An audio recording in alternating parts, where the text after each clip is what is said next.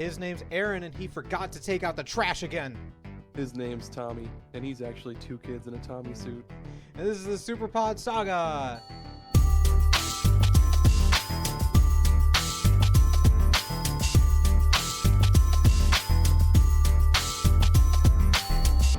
We're not alone today, though, on our Super Pod Saga. Today we've got a guest, and his name, you may remember him from an earlier episode. It's Bill. It's Bill from the Gaming and Collecting podcast. Hi, Bill. How are you? Hey, guys. How's it going? I'm doing well. Before we get too far into Super Pod Saga stuff, tell us. I'm sure you did this last time, but some people might not have heard you last time. So who are you? What's your podcast? What games do you like? All that good stuff. Well, I'm Bill. I'm one of the 2 hosts of the Gaming and Collecting podcast. It's a gaming and anime-based nostalgia podcast where me and my sister Alex talk about a whole bunch of different video games and anime from our childhood, along with some modern stuff every now and then. I'm also an Instagram blogger. I show off my video game collection on Instagram every now and then, but other than that, I'm mostly known for the podcast these days. Good stuff. So you and Aaron both collectors. Bill's definitely way more than I am. He's got a Saturn, dude. He's got a Saturn and lots of Saturn games. Ooh. I also have a 3DO, so... Ooh, that's super fun. I have an Atari that doesn't have any of the cables. Nice. If you are a first-time listener to the Super Pod Saga, this is a podcast where Aaron and I, and sometimes guests, talk about a different subject every week. We're going to talk about every single video game topic, and then we're just going to end the podcast once we're done talking about everything. And if people want to interact with us, Aaron, where can they find us on the internet? Honestly, just go right to superpodsaga.com, and you'll find us on Twitter. Twitter is our main one. We have Instagram, Facebook, TikTok, and Tumblr, but I forget about those a lot. I apologize, people who main those. But yeah, mostly Twitter. Superpodsaga.com. Short, sweet, to the point. And you can even find our PayPal and our Patreon if you want to leave us just a little bit of money and help out the show. But if not, that's cool too. And you get rewarded for the Patreon. There's cool things that I don't remember what they are. Yeah, I changed them just the other day too. There's a lot of neat stuff. So get in now. Yeah, exactly. Yeah. And you guys are Twitter famous now. So. Yeah, we wrote that tweet about useless video game knowledge that blew up for no reason. There's a lot of people that have been trying to steal your thunder with that. Like, there's that one I sent you yesterday where my favorite part about that tweet is after you guys blew up, literally I noticed everybody was posting these like posts about these like random questions, and I'm like, everyone's trying to get on that real quick. Yeah, there's a know your meme page where we're the start of the meme, like in their little chronology or whatever. So we're technically a meme, I guess. Good thing that guy behind the meme isn't around anymore, because I'm sure he would have made an episode on you guys at some point. So weird. Just we're in a weird world. I don't know if we'll ever have something to follow that up, but you know what? Things did have good follow-ups. Video game sequels. Oh man, yeah, that's what we're talking about today. Video game sequels. I guess to start, what do you guys look for? What makes a good sequel to you? What do you want from a sequel? Bill, you can go first if you want, since you're our guest. Yeah. I guess to describe a sequel, like, to me, like, the perfect video game sequel is a game that takes everything that was good about the first game, expands upon all the positives, takes away the negatives, and fixes the negatives that didn't work and makes them work. It's easy. Overall, it's that easy. Yeah, if only. And just overall makes the game a much better package in the long run. Yes. That's kind of my thoughts on a sequel. Could not agree more. That's essentially. That's exactly what I had down. Exactly. We're all in agreement. So I'm sure we all picked the same exact sequels. Let's see. So I picked this one, right? Yes, sir. That means I have to go first. That's how it works. Yes, chef. Yes, chef. Okay. I don't know why you're saying that, but I'm gonna keep going. Yes, chef. The first one that came to mind for me was Mass Effect 2, the sequel to Mass Effect 1. Man, talking about expanding. The Mass Effect 1 is a great game in its own right. It sets the foundation for like companions and building that trust and making choices. But there wasn't really a lot in terms of like main story missions. There's only like 5 or 6 in the main storyline that you have to do. And then Mass Effect 2 came out and was like, hey, go explore the whole galaxy. There's going to be dozens of systems and planets. You can't explore them like in Mass Effect 1, but like it's I don't know, when I played it for the first time, it felt like an accomplishment, like a technological accomplishment to just have this open-ended galaxy to explore, do whatever you want whenever you want, and it just more companions, more areas to explore. I just loved it. You played Mass Effect 2, right, Aaron? Oh hell yeah, I did. Yep, Yeah. and that was when they introduced the much better cover system. Thank God. And just combat in general was better. Yeah. And I mean, you mentioned how they got rid of exploring the planets. Did anyone really miss that? Yo, I did. I loved exploring the planets, but I'm a tank weirdo was, like that. That tank was so sketchy to drive, though. Like, Oh I yeah. somehow managed to like get Nightmare. it stuck upside down and like just broke. Granted, I was playing on the PS3, and the PS3 version of Mass Effect 1 was a broken mess. I somehow got the tank stuck on its roof, and it just was there forever. It's like great. So fun, man. That's just like the picture perfect sequel to me. Just expanded on everything. Loved all the characters. I got to continue the relationships with people that I started. That was really fun. Oh, good times. Yeah, unless you were like an Ashley fan, then you Which just I was gotta not. I absolutely was not. She didn't make it into the sequel. See, she was my favorite in the first game. That's so hilarious. I was like, wow, they just completely shat all over that one. Was good. But they make up for it in 3, so. Which I still haven't played. What? I You haven't know. played Mass Effect 3? No, I Tony? haven't. You talk all about this series I all the know I time and how do. much you love it. I know, What but the I've fuck? never played Mass Effect 3. Haven't you I played keep Andromeda? starting whenever, like every couple of weeks, I start the trilogy over again. I'm like, this is the one that I'm gonna go all the way through, and then I just drop out of it halfway through Mass Effect 2.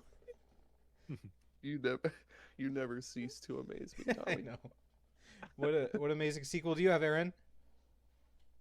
The first one I had down was it's a big one. It's Borderlands 2.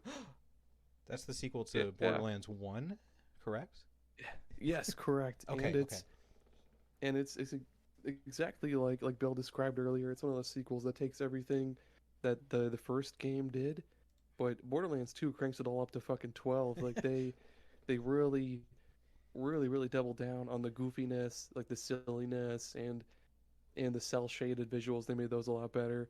And the cherry on top of all of it too is that they made the characters more fun to play, because like in the first game they were all kind of meh, because there was like the hunter who was just like, he's best with pistols and snipers and he has a fucking bird. And then there was like the commando who was like, he uses assault rifles and he fucking has a turret. But in the second game, the commando is basically the same thing. He has his turret, but like anybody can use any weapon, which is really cool.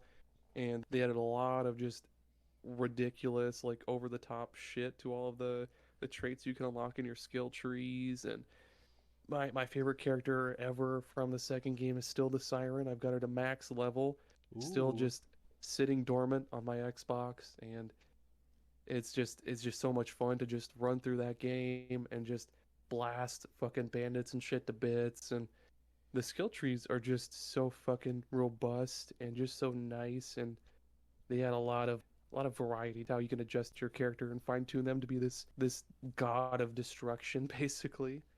And they also had a lot of cool character like cosmetic customization to your characters, because you could choose different color palettes for their armor and clothing, and you could add different like wigs or masks or hats to your characters. Like you could just make them look stupid and run around with like they get rainbow afro as the Siren and stuff like that. And yeah, Borderlands 2, it rocks. It's the best, man. It sounds so crazy for you to be like, they had color customizations, but back then I'm sure it was super cool. Now it's like you can be Goku in Fortnite, do whatever you want. But Yeah.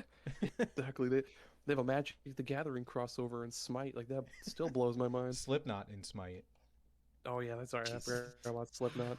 RuneScape, they had a RuneScape crossover. Ninja Turtles, yeah, all that shit. Do you have fun with Borderlands? Do you play it alone or do you play it with people? I've mostly played it alone, Oh, but it is really, really fun when you play with other people, because especially when you're different characters and you can just kind of see how other characters work and be like, dude, I need to play the Gunzerker because he can hold two fucking you can hold like 2 rocket launchers and just end the world and just like break the game, and it's great. Someone had a skill called Sexual Tyrannosaurus, and that's the Gunzerker. That's the biggest memory I have of that game because I didn't play much of it. Yep, and he also had another skill called I Can Be Your Huckleberry. Wonderful. Wonderful. What about you, Bill? What was your first one? Yeah, Bill. So I made this list kind of last minute, but if I was gonna say a sequel that I think improved upon its predecessor significantly, so this one's a bit unorthodox because it's actually a third game in the series, because the second game was like a serious step back compared to the original, and that's Mario and Luigi Bowser's Inside Story. Ooh. Okay. Go on. Essentially, that game took everything great about the original and improved upon it, and then fixed all the problems with its sequel, Partners in Time. Yeah. Kept the ideas from that game that worked, but then returned to all the positive ideas from the first game, and basically made the ultimate Mario and Luigi game, like probably the best Mario RPG there is at this point, depending on who you ask. And you get to play as Bowser, and probably like the best. That was probably fun. the best Bowser in the series, to be honest. That was definitely fun. Oh man, I agree. Yes. At first I was like, oh, I don't know, because I'm a huge Superstar Saga fan. But comparing anything to Dream Team is or not Dream Team, Partners in Time. Excuse me, man. Partners in Time was a mess. Yeah, it's like it's not a bad game, but it's just such a step back. Yeah. Because I actually played Partners in Time first, and then played Superstar Saga. And the funniest part about it was weird to me how much Superstar Saga didn't feel like a step back. It actually felt like a step forward. It's wild. I don't even know how that happened. But yeah, Bowser's Inside Story. Did that have the big Luigi kaiju battles? Was that one, or was that a different one? No, that was Dream Team. That was Dream Team. Okay. It had the giant Bowser fights. Yeah, it had like the random moments in the game where Bowser just gets freaking murdered, and then you have to bring him back to life as a giant Godzilla for no reason. The best story. Then it had then it even had.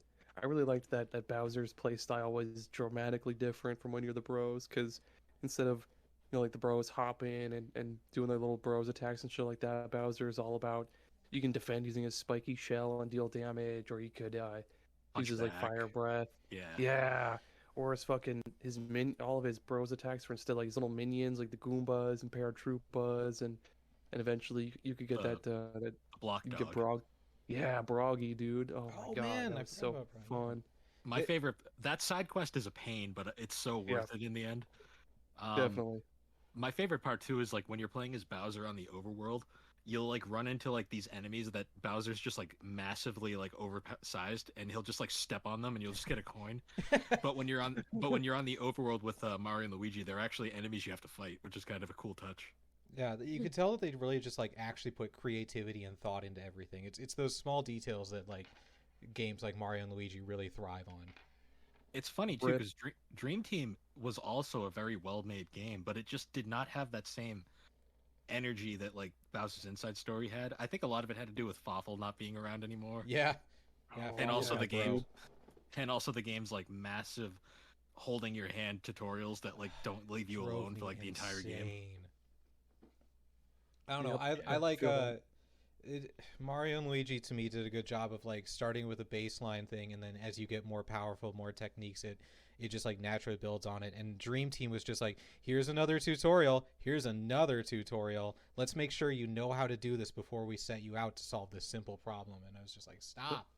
I think so many people dropped that game after the first hour just because that first hour is so slow. I did. I feel shame, but I did. It's ironic though, because Bowser's Inside Story is a great game, but it did not need a sequel, remake. Yeah, that's yeah. Correct. Let's see. Speaking of games that did get a remake and were also beloved, another one of my picks. I've talked about it too many times, but this is like the perfect episode for it. Pokemon Gold, everyone. Pokemon Gold built and expanded on Yellow and Blue so much. I won't go into too much detail, but they added like a day-night cycle. They added breeding and eggs. There was more HMs, 2 regions, 16 badges, more Pokemon, a cell phone. it was just like a endless stream of you got a cell phone before people even had like cell phones in real life. It was just like an endless stream of new features and cool things. It just felt like a bigger world with more stuff to do and more people to talk to, and it just blew my tiny child mind. I played that game to death, and I don't know if anything will live up to that experience of just finding the expanded world, and everything that you loved before is just better. There's just something amazing about when you beat the champion, you beat Lance, and then all of a sudden it's like, oh yeah, by the way, you remember the world that you've played through in the first game? Well, it's here, and you can explore it again. Yeah, go back to your starting town, just go surf across the water, go check it out, buddy, and you're like, huh? And then you get to you climb Mount Silver, and all of a sudden you face yourself from the first game. Yeah, which my child brain didn't recognize that. I was like, who's this man?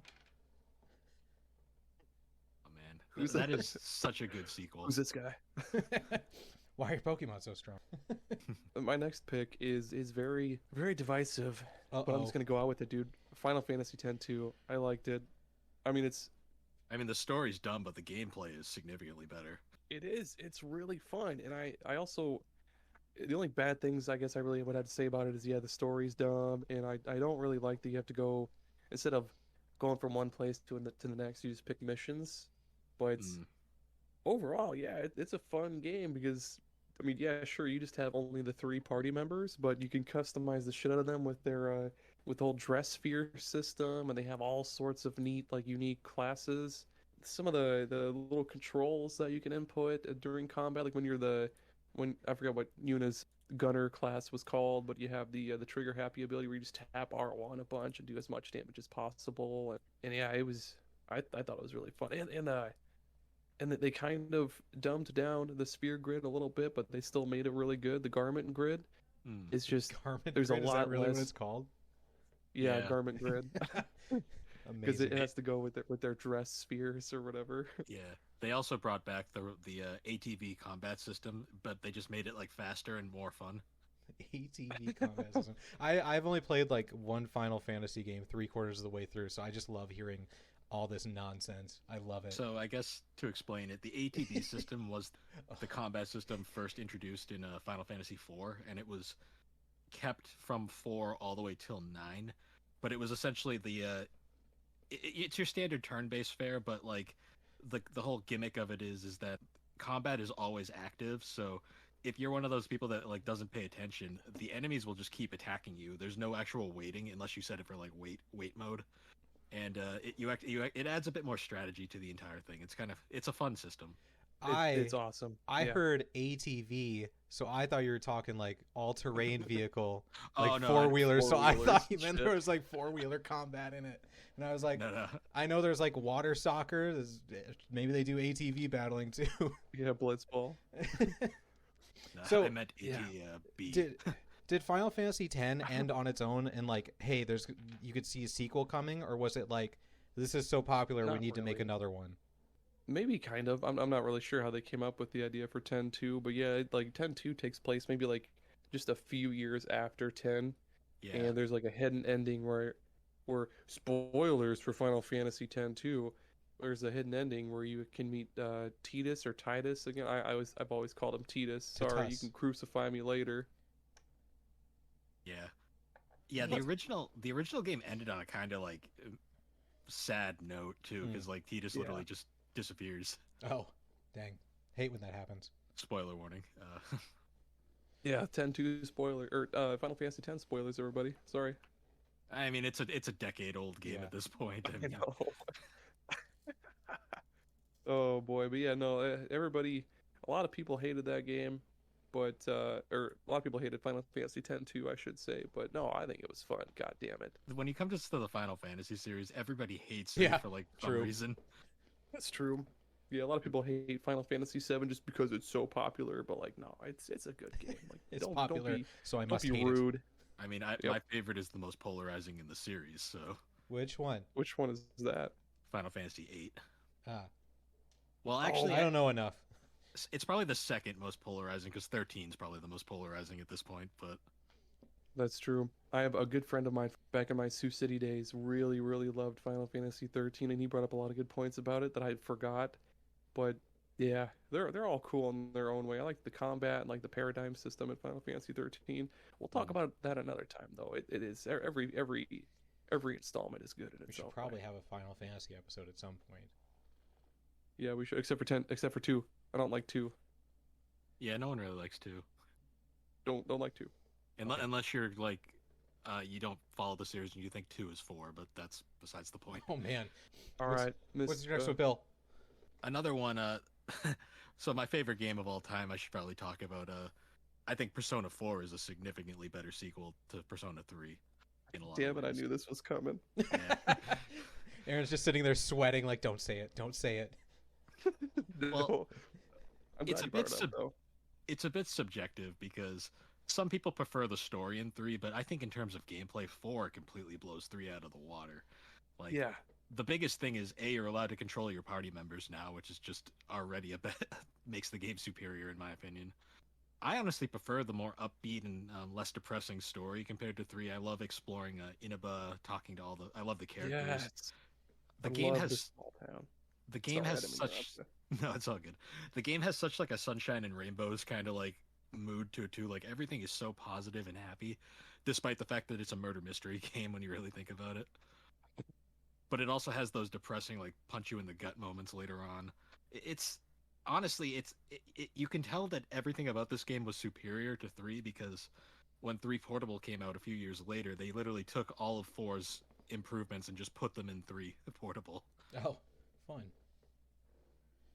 So Yeah. I've only played a little bit of Persona 5, and it gives you the option of controlling your party members or not. Is that because of the difference in 3 and 4 that you mentioned? Yeah, in 3 you could not control your party members at all. That's what I prefer. Yeah, I don't know. If you play 3, you'll understand why no one likes it. That shit's hard. Even in like what's the Dragon Quest where you don't control your party members, I was like, thank goodness, that takes away all of my. I just need to focus on one person, one thing, because I don't play a lot of JRPGs. God damn it, Tommy. Yeah, in Persona 3, you'll have moments where you'll be like about to critically die, and you really need a healing, and the party member will decide, "I'm gonna go attack the boss." And Yes. It's like, no, it's like Chaos. love of God. This is the episode where Aaron stops respecting me. Well, no, I'll always respect you, Tommy, even if your little quirks are just fucking hilarious. Oh boy. No, yeah, I really love Small Town Inaba. It's the best setting in like any JRPG. There needs to be more small towns. Yeah. It's And, very like- small and like super easy to explore. You'll never get lost because there's only literally like 3 different areas you can really explore. Yeah, and like I think it was Persona 3 and like Persona 5, they have that big world map. You can like, I guess just so you don't get lost, yeah, you can hop from like circle to circle to find your way around and go to different places. But yeah, it's so easy to just be like, I need to go to the shopping district to buy stuff, or like I want to go home, and like that was it. Or I guess Junes was, no, that wasn't in the shopping district, was it? I don't remember. No, it was its own little area. Okay, yeah, that's basically it. Yeah, like you had the river, little like flood bay zone area, the town shopping district, and then the school. Those were really the 3 big exploration areas. God, what a good game. Excellent. Tommy, I recommend you play it. Personas. I I'll got a always lot be of JRPGs to catch up on. Yeah.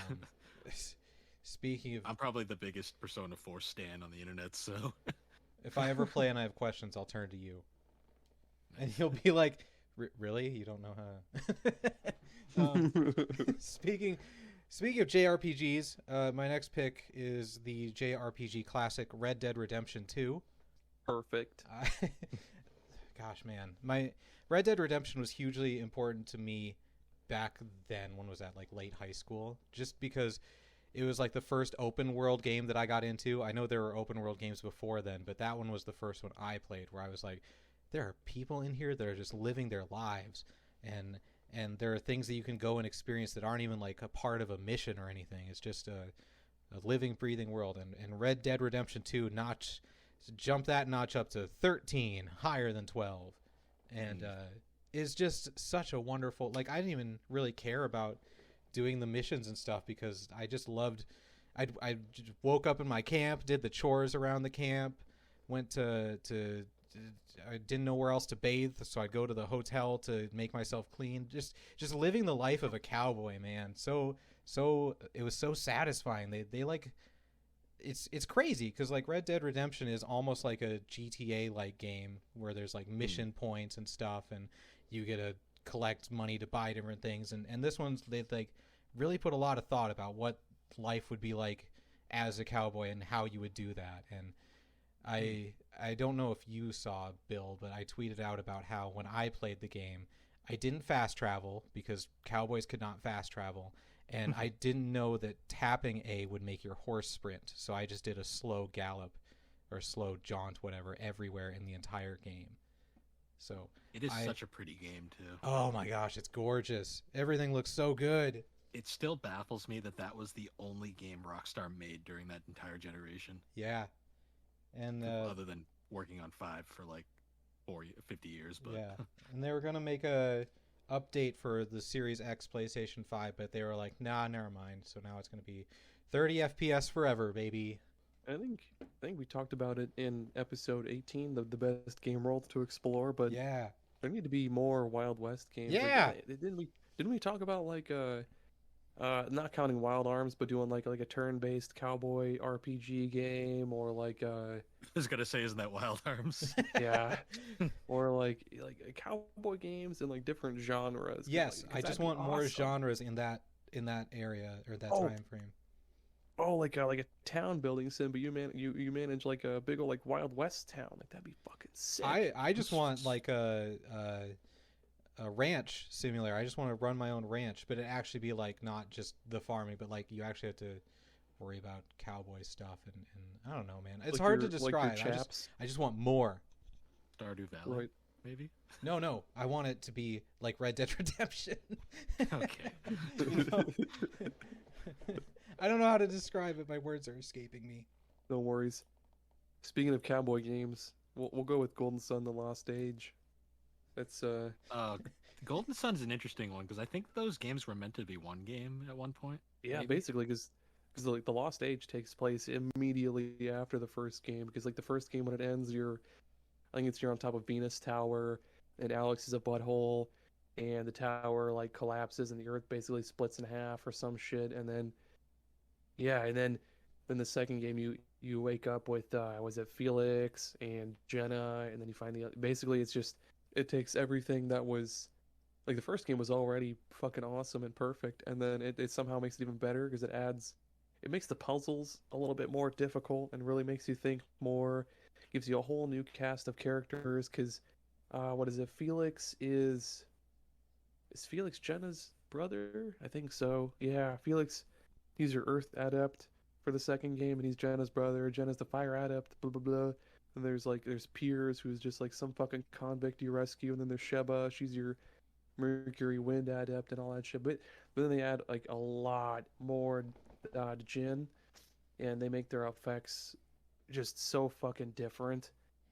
And they add like a bunch of summons, and they make the game actually just I don't think it was a lot longer than the first game, but it was a little bit longer. And yeah, everything about the second game was just so fucking good. I really wish that they would bring those to Switch one of these days. Because I mean, sure, I could just boot up the fucking Wii U that's in my living room and buy it on the virtual console real quick before it shuts down. But I would much prefer to have it in here in my office on my Switch and play 1 and 2 whenever. That'd be cool. Maybe Nintendo will eventually give us that GBA like app that they've been saying. Gosh, to the Switch. I would love that. I would play Superstar Saga for the 30,000th time if they brought it to Switch on the GBA thing. I've been playing the first Fire Emblem for the first time in my life on just a phone emulator. If I could play the first Fire Emblem or the 7th Fire Emblem? The first English one. Okay, so Fire Emblem 7. Yes. Okay. Oh, that one's great too. That's a great game. Yeah, I'm really enjoying it. I'm very surprised. But that's not I guess it's technically a sequel, but I'm only partway through. It's actually a prequel, believe it or not. Even better. All right, Bill, what you got for your next one? So I'm gonna move away from JRPGs, and I'm gonna go with an action adventure game, Uncharted 4. Ooh. All right. So it's kind of shocking Aaron's because a lot of favorite people. series. I love Uncharted, but I've never played them. Go ahead though. they're worth a shot. But so a lot of people say like Uncharted 2 is like a perfect game, and that's like where the peak of the series. But I actually think Uncharted 4 like just topped everything. Like, because the series ended with 3 on a very positive note, and I didn't really think it needed to go any farther. Yeah. But somehow 4 managed to like go beyond the ending of 3 and just give it an even better final conclusion. Oh, cool. To the series. And in terms of gameplay, so Uncharted 4 was actually made by the Last of Us team, because the original Uncharted team had disbanded by that point. And the Last of Us guys actually added a whole lot of fun, like new gameplay mechanics. Like you got this awesome like a grappling hook thing, so you can like explore areas and like swing across these big expanses. Nice. The game worlds are so freaking massive. Like there was a point later in the game where like you're going through this spoiler warning, like this pirate colony, and you look in the background, you see like all these like houses that look like really cool and explorable, and then like an hour of gameplay later you realize you're in those same houses that you were looking at earlier. It's huge and massive. The story is really fun, and it just ends on such a positive conclusion. Plus it has like the great dialogue that the series has always been known for. I always say like it's probably the best in the series in my opinion. That one was a PlayStation 4 one, right? Yes. Yeah. See, that's why I wonder if that's why. Was it early in the PlayStation 4 life cycle too? It was like kind of like in the middle of the first half, like towards the end of the first half. Yeah. I also love Uncharted 2. That was one of my favorite games of all time for a long time, and I never played Uncharted 4 because I never got a PlayStation 4. I'm wondering if that's kind of part of it, just being like, oh, you got to buy a whole new console. But I'm sure there were people that actually did that, not just me. Man, what a great series. It is. I know some people hate it. It's very, like a lot of modern games, especially like PlayStation style games. It's very, you either love it or hate it. Yeah. I greatly enjoy like it's really the dialogue and world building that makes me love those games. Plus, I love the platforming and just exploring. Honestly, I think the weakest aspect of those games is the combat, but I mean, that's here or there. It's not awful, but it's not amazing either. Yeah, I feel like you either buy into exactly what it's trying to be or you're skeptical of it. Like in, gosh, I don't remember if it was 2 or 3, when it's like, here's the big monster Yetis you're fighting, and you're like, either like all on board, like, hell yeah, let's shoot some Yetis, or you're like, this is stupid. Why are there Yetis here? You know? Hell yeah. Every single game has that one random like moment where it's like, what the hell is this? This completely changed the realism of the game. And I'm fine with that. Are those games, are they more like platformy, or are they more like third-person shootery? Both. They're an even mix of both. It's 50-50. It's like they've always sounded fun, but I've just never gotten around to them. But like I don't hate them. I've just never played them, although they do sound pretty fun.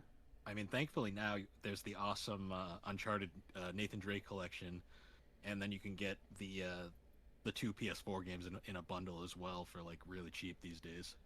That's cool. Should we do an ad break? Is it time for an ad break? I think so. I'm 3 in. I think we should all be 3 in. Yeah, we are. We'll be right back. Oh yeah, we'll be right back.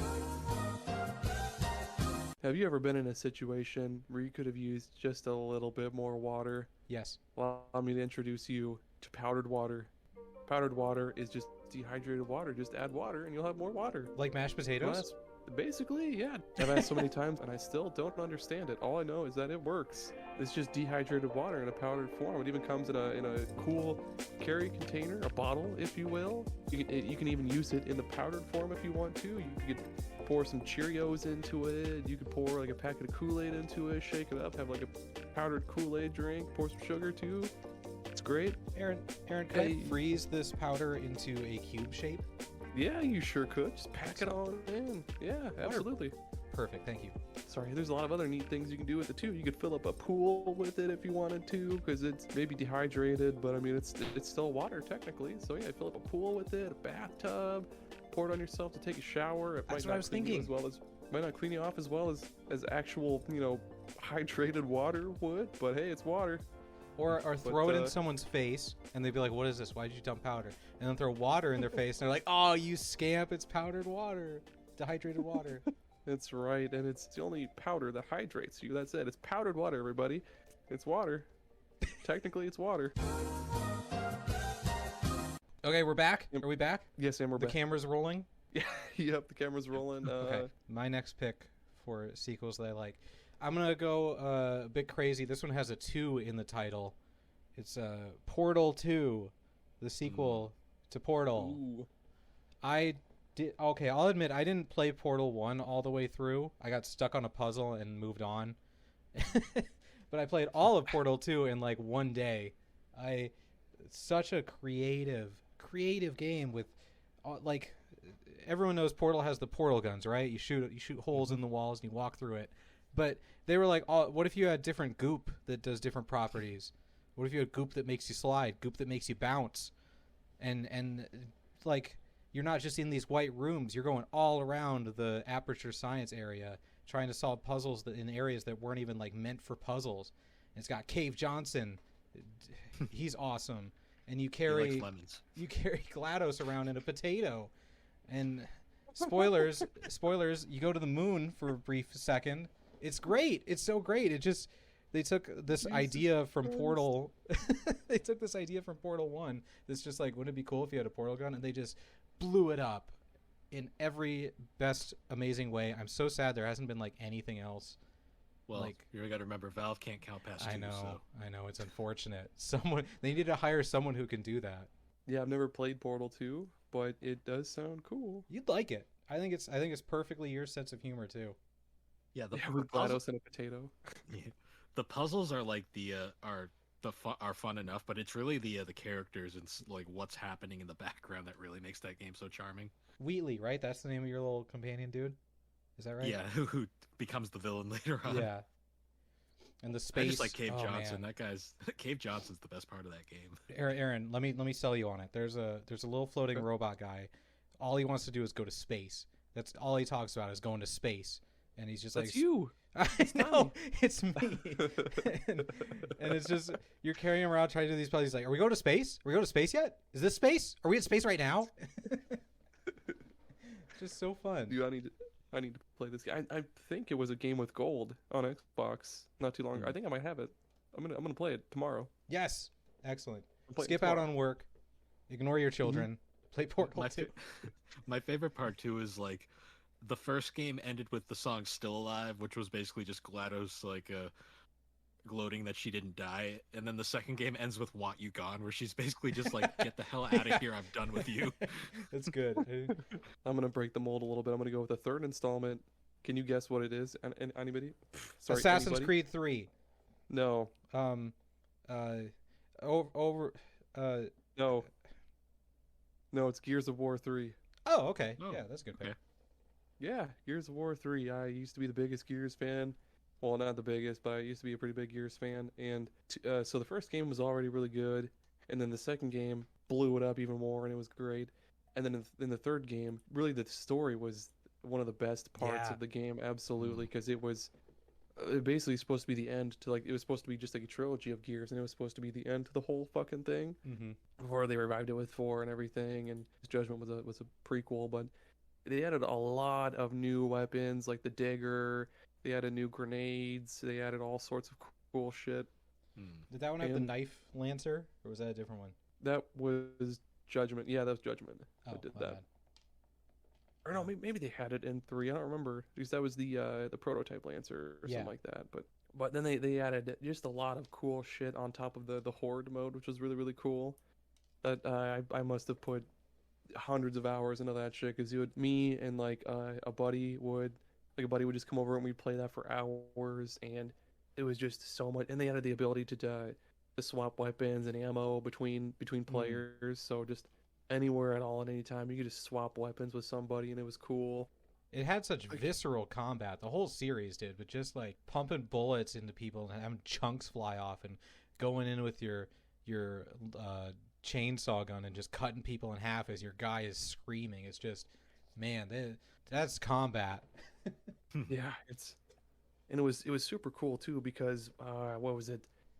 The game first starts off. You're in this like basically like a I guess like a new home for humanity. It's just this giant fucking ship. Because at the end of the second game, you basically blew up where humanity used to live or whatever. And yeah, just the lore and story of the whole fucking series is just so cool because Yeah. eventually you learn that the Locust, what is it? They're being run out of their home by the Lambents. Yep. The Locust horde just wants they just want a place to live, man. They just want to live, just want some place to go. And humanity's like, no, you can't come up here. And then we're just being dickholes to them, so they're being dickholes to us. And then everyone loses. Yeah, basically. But yeah, it's the multiplayer I used to play a lot of, but then like everybody just used the Nasher shotgun all the time, and all it takes is just one blast to the face and you'd be fucking dead. So I stopped playing it. But the Horde mode was that was the chef's kiss. I forgot how big that was, that they invented the Horde mode and every game had a Horde mode. It was awesome. And then there was a mode where you could play as the Locust, and that was super fucking cool. You could be a boomer, you could be a wretch, you could be, what is it, a drone? You could be all. I think you could be a Brumach at some point, and that was super cool. But yeah, that was no way, that's awesome. That was a big old sloppy tongue kiss to the chef, man. That was so fun. What about you, Bill? What sequel do you want to give a big sloppy kiss to? What were we gonna say though before Tommy cut you off? Sorry. Well, I was just gonna say those games are really fun, but they also were the start of the gray era of video games where everything was brown and gray for no reason. Yeah. Good times. But also, so I guess next sequel I want to talk about. Unfortunately, you're gonna have to pay a lot of money to enjoy this one, but Lunar 2. Oh yeah, and that one. Was that Eternal Blue, or was Eternal Blue the first one? No, Lunar 2 is Eternal Blue. Okay. And it was originally a Sega CD game, and it later saw a PlayStation 1 remake. It essentially, Lunar 2 took everything that Lunar 1 did and just honestly made it better. Like, the characters were so much more interesting and like expansive to follow. The world was so big and just fun to explore. The combat was like, in my opinion, a bit smoother and more evened out. And honestly, really to me, the reason I prefer 2 over 1 is just the story is just so fun and like engaging to follow. It's like a quintessential RPG for the time, even though it's but expensive these days. Was that the one that got remade into like the Silver Star or something like that? So this is where it's kind of tragic. There's only 3 games in the 3 technically games in the series. The first one was Lunar the Silver Star. That was remade into Lunar Silver Star Story.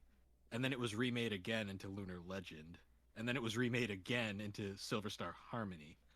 Lunar 2 has, on the other hand, has only been remade once. It was the original game was just Lunar Eternal Blue, and then the sequel was Lunar 2 Eternal Blue.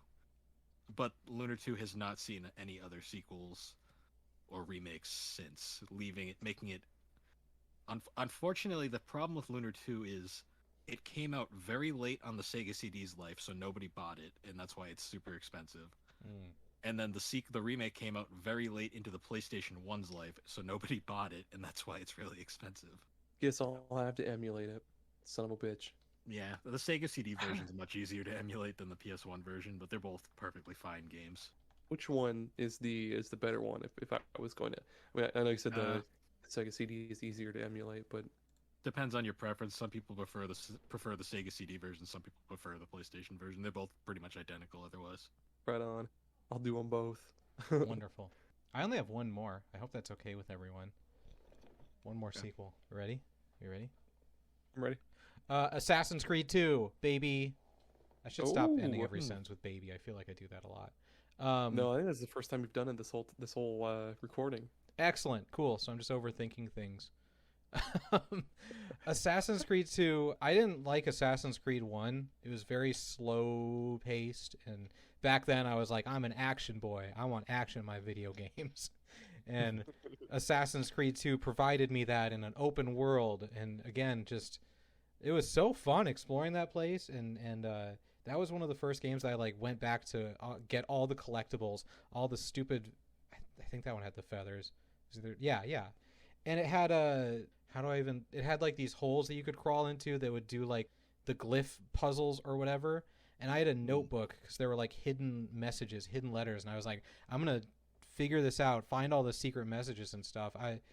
It really surprised me because I went into it being like, oh, this is a game where I'm gonna assassinate people, but there was so much more stuff to do. They just fleshed it out with tons of things, and I really, really enjoyed that in my Assassin's Creed 2 games, doing things other than assassinating. That is a good one. Boy, that series sure has gone on to be way different than that. I still have yet to actually sit down and play this series. It's been on my backlog forever. Oh, and it's just going to get further because they keep making them. Yeah. I mean, some of them I'm going to skip because I heard Unity's a dumpster fire. And yeah, absolutely. I've heard the new ones are good, but they're just too big for their own good, and they don't really have a lot going on. Oh my gosh, 1,000%. I tried playing the Greece one, and I played for like 20 hours and had discovered like 10% of the map. I know 4 is like considered like a really good pirate game, but not a great Assassin's Creed game. Yeah, it's, man, like, I'm curious. The rumors are that the next one is going to go back to like Assassin's Creed 2 Brotherhood style, and I'm like, I'd love that. That sounds great, but I'm wondering how the general public is going to take it now that they've been like, these last few have been massively open world with RPG elements and stuff. I think they'll be fine with it because I think a lot of people are just tired of it at this point. Yeah, for sure. Not to brag, but I have every achievement in Assassin's Creed 2 on the whoa, on the old Xbox 360. I think I'm royalty a cool guy. Yep, cool kid. That's me.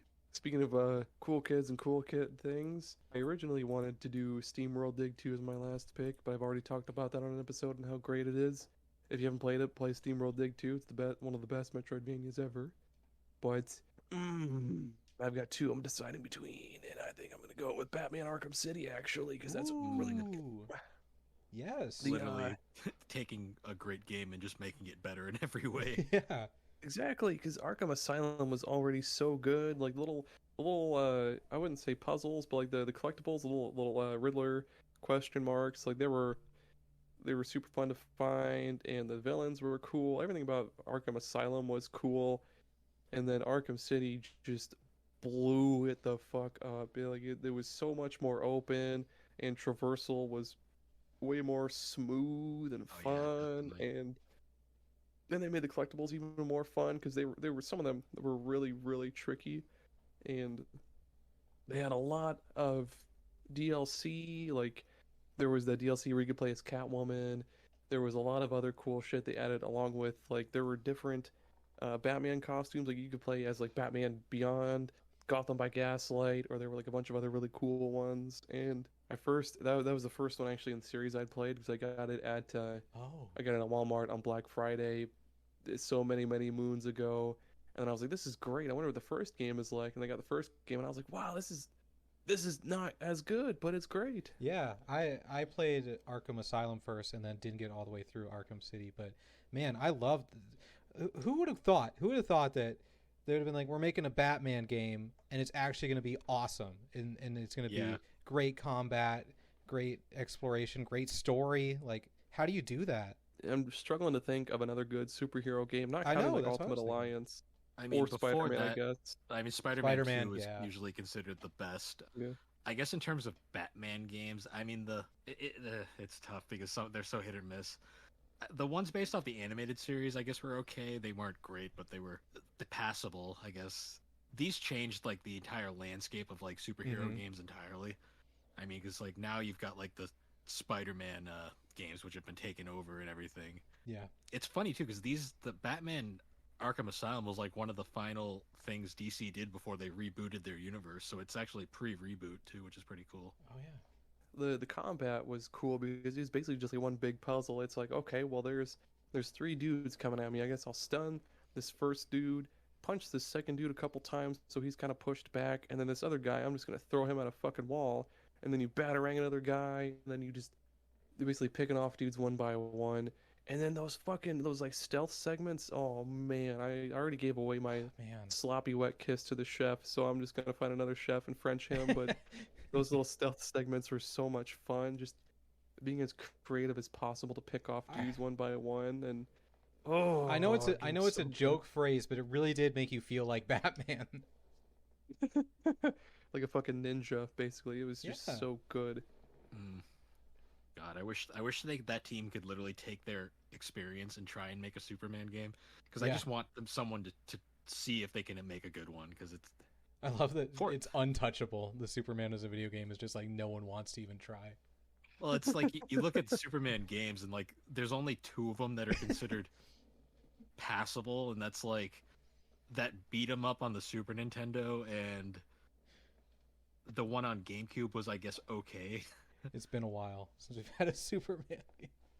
Yeah, I think the last. Oh, go ahead. I think the last one was like Superman Returns on Xbox 360. Oh, movie tie-in games, gotta love them.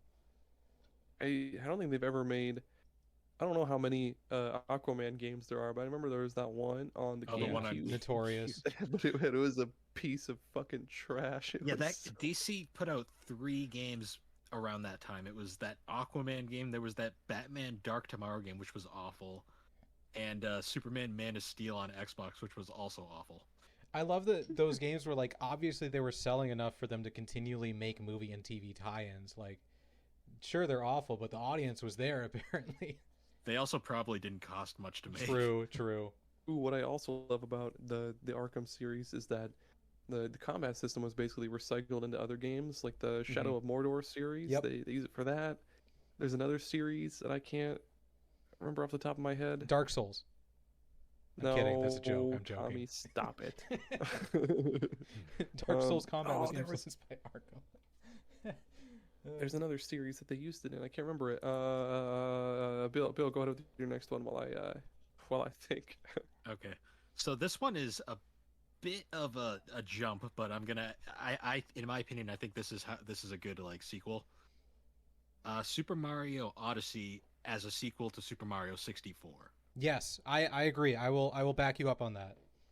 Like, to me, Super Mario Odyssey, in my opinion, is a perfect video game. Like, it literally, everything about that game is phenomenal. And it literally took the whole idea of Mario 64 and just expanded it to this, like, massive open world style Mario game that, like, I still haven't finished it yet because I'm trying to 100% it, and, like, it just takes so long because you got to explore every nook and cranny of all those worlds, and they're all so interesting and unique. Like, it actually made the desert gimmick interesting. Yeah. Which is so hard to do, especially for Mario standards. I really appreciated with Odyssey, you know, like if I'm a kind of person who likes to explore every nook and cranny, and in a lot of games you'll accidentally end up somewhere you're not supposed to be and there actually isn't anything there. But in Mario Odyssey, there's so many places where it's like, oh, you explored over here? Cool, have a moon. And I love that. Or my favorite is like in the 3rd level where you accidentally fall down that pit and then suddenly you're in this underground area. You're like, whoa. Yeah. It's like that's where everything is. Yeah. And there's a Tyrannosaurus Rex down here for some reason. That's such a great game. And like I feel like Sunshine and the Galaxy games like tried to be sequels, but they kind of just became their own thing. Oh, absolutely. As they went on. Like Odyssey is the first one that really feels like a true successor to 64 in a lot of ways. And it's gorgeous too. Really, like I don't know, man. We're late in the Switch life cycle, so things are kind of rougher frame rate wise or graphics wise. But that one, even just early on, looked so good, and it was so smooth to play and do all the moves and stuff. Ooh, buttery. It still looks good. Dude. Yeah, it still looks good, to be honest. That move set is so like it seems really basic, but it's there's so many layers to it, dude. Because you can jump, throw your hat, bounce off your hat, do a dive, do another jump, and then throw your hat again. And there's so many ways to break the game and just get to like kind of like Mario 64. You could totally get to things that you weren't meant to get to. And oh my gosh, yeah, that was a really fun game. Getting all those moons and shit, dude. All the moons, all of them. I loved exploring too, and like the different outfits that you could get for Mario. Like, there's just something funny about running around in a sombrero the entire game. The poncho and like the little flippers on and shit. Yeah, just making it as ridiculous as possible. Man, where do they go from here? What's the next mainline Mario? Do we get it on Switch? These are the questions that keep me up at night. I don't even know. It's so hard to tell because I still don't know what Nintendo's plans for the Switch are. Yeah. We gotta see what Zelda Tears of the Kingdom does first, and then it'll probably go from there. I wonder if it's gonna be popular. I wonder if people are gonna buy it. Yeah, okay, Nintendo stuff probably. Yeah, man, these are good sequels. Okay, we've been talking about this, And I've noticed that a lot of games that we've talked about have been in the like PS3, Xbox 360, PS4 kind of era. Like, what was it about that time that made sequels so good and so prevalent? Because I feel like we don't really have big sequels anymore. Does that make sense? For the most part. I feel like it might have just been... I think developers had more time on their hands. Like, I don't know. It's weird now because it feels like everyone just has to make something new all the time. Yeah. That makes sense, yeah. Or they're just going to milk an old series till it's dead, basically. Yeah, because back in the day, you could have, like, there were so many games that, you could make, that they did make sequels for that didn't need a sequel, like Bioshock and Bioshock 2 and Infinite, Dishonored and Dishonored 2, and Darksiders and all that shit. Which I wish I would have brought up Darksiders 2 because that's a great sequel as well. There was less creativity, I think, then. Like, people were they had something that they were good with, and they kind of just stuck with it. Mm-hmm. Because now developers really want to be creative for whatever reason, which I mean is good, but at the same time, it's a little odd at the same time. Yes. Okay. Anyone, any last words for sequels? I'm throwing 2 in there. Shout out to Left 4 Dead 2 because that added melee weapons and a bunch of stuff. And whichever one I mentioned earlier that I really liked. Darksiders 2. Yeah, that one was really good. Okay. That's it. That's all the sequels. There are no more good sequels. Every other sequel that existed was bad. If you disagree with us and have a sequel that you liked, be sure to find us on the internet and comment on our Twitter and or email us. Do whatever you have to do to tell us about what sequels you like. One more time, where can people find you and listen to you, Bill? We've lost him. Oh no, Aaron. Clear. Do you know where to find Bill and where people can listen to him? There's a little profile on our website, linktr.ee/thebarberwhogames, and you can find all of his stuff like the 3DO experience and gaming and collecting and all that. And as for us, superpodsaga.com.